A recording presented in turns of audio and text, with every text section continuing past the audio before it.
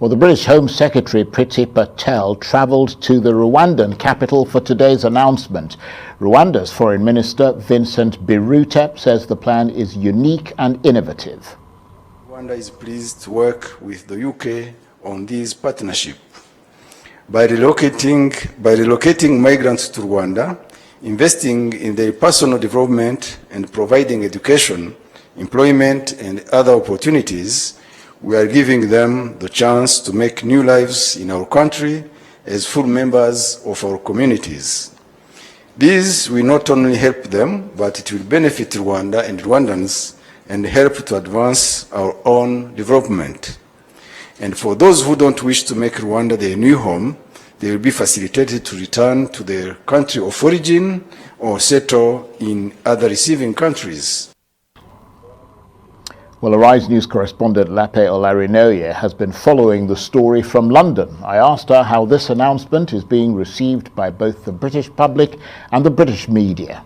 I will tell you first of all about the general opinion of the British public. It's been mixed. Some people are of the opinion, particularly people who voted for Brexit, are of the opinion that it's actually saving people's lives. It's better to not drown and actually be in a safe haven that is Rwanda.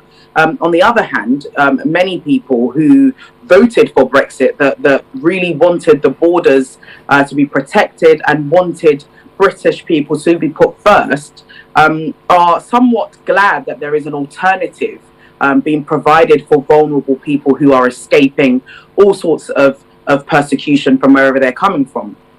Then, of course, there's a sector of people who think that this is awful and that the UK isn't protecting those who want its protection and instead is passing the buck to Rwanda to deal with this. It's very reminiscent of what the British government did all those years ago with British prisoners and Australia, kind of moving them over to Australia. So the reaction has been mixed. And in terms of the British media, the majority of the kind of information that we're getting from British media is the legal issues that are at the heart of this partnership, if you like. How much is this really going to cost? It's been described as a trial, but that 120 million could potentially be more. More importantly, there's a question about the humanitarian aspect of it.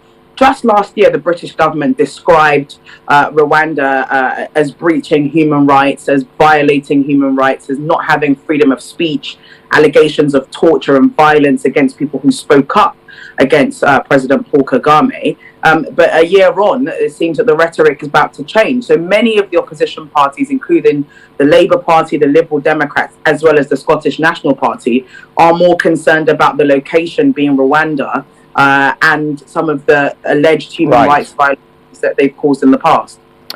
So from the African perspective, from the perspective of Rwanda, I mean, what's in it for that country? I mean, we know there's money, talk about $130 million or so, but is there something more?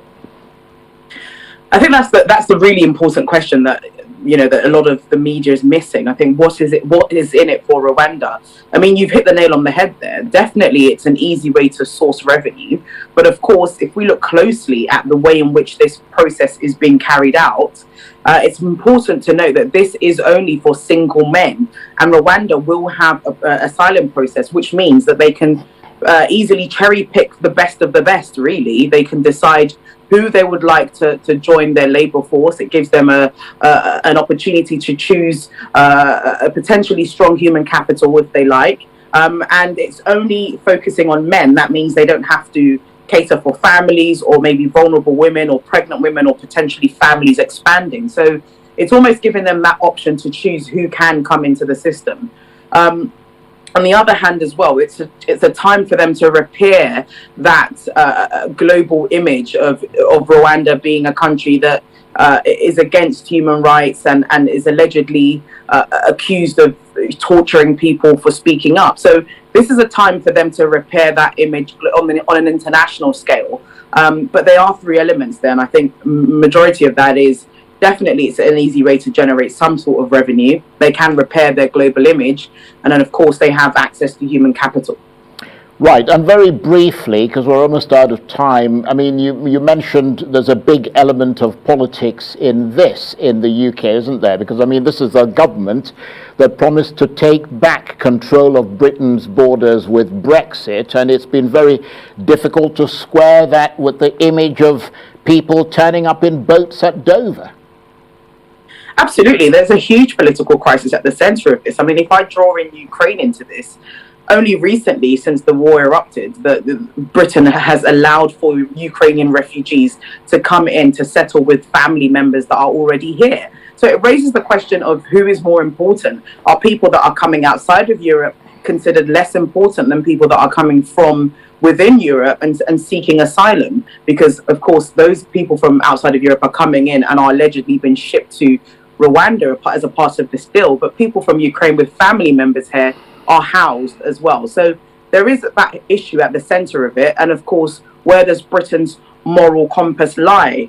Are we not helping people that are vulnerable and need our help, or are we shipping them away for somebody else to deal with? Lape, thanks very much indeed. Lape Olarinoye is Arise News correspondent, and she was talking to me there from London.